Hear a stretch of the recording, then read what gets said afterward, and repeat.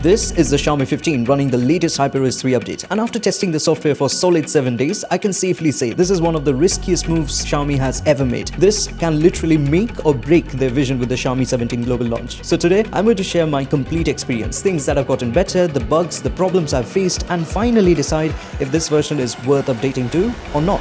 Starting with the all-new HyperOS interconnectivity. The original idea of HyperOS was to develop a solid ecosystem across all modern Xiaomi devices, and Xiaomi very successfully transformed much of that vision into reality. But the HyperOS 3 interconnectivity does not just work with Xiaomi, it also works with Apple devices. This is literally targeted towards Apple users who are looking for a new phone. You can download the interconnectivity app on iPhones, iPads, or even MacBooks, and the minimum requirement is iOS 14, which means this can still work on a decade-old iPhone 6s. And it is as easy as selecting Xiaomi interconnectivity while sharing the file instead of AirDrop, and it can send over the file to any Xiaomi device. But they did not stop there. What they have done on the iPads and MacBooks is literally next level. You can now launch certain apps directly on your Apple devices. Not just that, these apps also support drag and drop. So just doing this can transfer files to your Xiaomi phone. It can mirror the entire screen, including the camera app, which makes it very easy for us content creators to set the camera properly before shooting. Very weirdly not supported natively on iPhones mirrored to Mac. And with mirroring, the speakers also get linked. So when you play audio, it plays directly on the connected device. But everything here, like I mentioned, is only targeted towards Apple users. So what about us, PC users? This is where the official Microsoft Phone Link app comes in. It is better than Xiaomi's implementation on Macs, but also worse. Let me explain. By default, Phone Link is already installed on both Android as well as PCs. There is no extra download required, only a bit of setup, after which you can send over any file wirelessly to and from your PC, even without the app running in the foreground. It also supports opening all the apps on your phone in their own respective windows on your PC.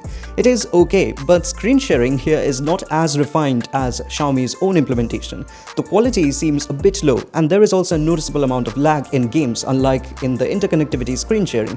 It literally feels native to the connected device. Like here, without the aspect ratio mismatch, you would never notice that this is just Xiaomi 15 mirrored to my iPad. There is only a very slight amount of touch delay. Same goes for file sharing. It is way faster with Xiaomi's implementation compared to Microsoft. It is also more convenient, like I can unlock the Xiaomi using Touch ID on iPads or MacBooks, unlike on Windows where I not only need to get up, fetch the phone and unlock it manually, but also explicitly give it permission every time I launch a new app. Xiaomi phones are now a far better fit within the Apple ecosystem, making it a very smooth experience. Okay, every animation on the HyperOS 3 is now exceptionally refined. They were smooth, but now they are even smoother. The Hyper Island brings in a new way to track live activities. Just like on iPhones, it can also show multiple live activities together.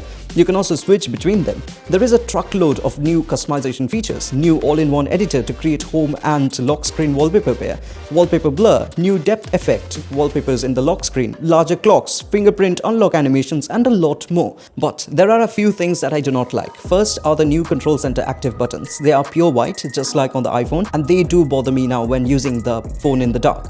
The previous blue active buttons had less brightness in comparison. And secondly, the widget section is an absolute mess now. There are multiple widgets for the same thing. Some of them work, some of them don't work. Some of them seem like ads. The widgets do not even look good on the home screen. Many do not work with the system or official Xiaomi apps like you would expect. They just take you to a random website which also pretends to be an app. This was quite a bit disappointing. The type of thing that you would not want to see on a flagship, but it also isn't intrusive. We only open the widget section once or twice in the long term. Okay, performance-wise, this phone is as smooth as it was on day one. Everything still feels like butter. It has not aged in any possible way. But the heating is still there. The phone gets very hot while playing heavy games. It takes only a minute to start feeling uncomfortable to hold. But I think it is a good thing. In Geekbench scores, Xiaomi is behind the iPhone 17, yet has better performance under heavy load, because the iPhone's system software pretty much limits the max performance, whereas Xiaomi leaves everything to the user. So if I want to run heavy tasks, I can, because I own the phone,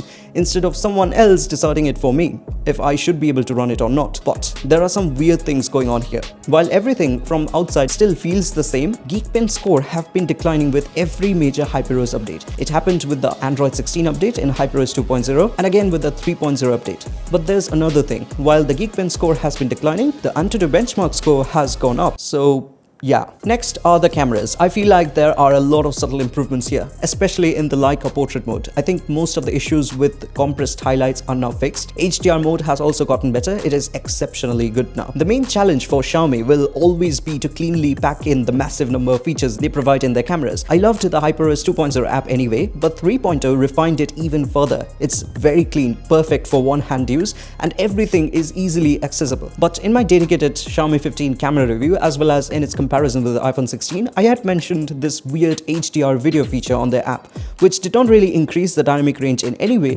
but introduced a lot of noise, even under well-lit scenes. This feature is now gone, which is good because it didn't work, but you still can use the Dolby Vision feature for better dynamic range. The Gallery app is now modernized, especially inside image editing. You get a variety of new options like new frames, AI beauty, which is a misnomer honestly because it only sets certain parameters automatically from the adjustment tab, not beautify in the traditional sense. But in this process, they also ended up jumbling a lot of things. All AI tools are now inside the Create tab, including the Erase button, which is actually opposite to Create, and they get only more confusing. Remove objects, people, and reflections use the internet as usual. Object removal is easy, just circle to select, but what if it does not select properly? You might think manual mode is the correct option here, but it actually is just an on-device AI version of everything. It's a new implementation and it's not at all accurate. On the top right part, you will notice that you can switch over to wipe mode in order to manually select the areas and send the image over to Xiaomi servers for processing them accurately.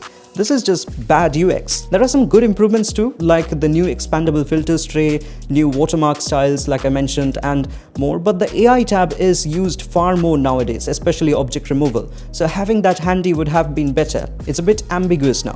Also, some of the basic features are missing, still missing to be honest, like native support for Dolby Vision video playback in the gallery with correct colors, or converting it safely to SDR while trying to export to ensure compatibility on other devices. Some of you guys were asking if battery protection feature have arrived in HyperOS 3. Well, I have them here since day one of owning the phone, so they're not really new features.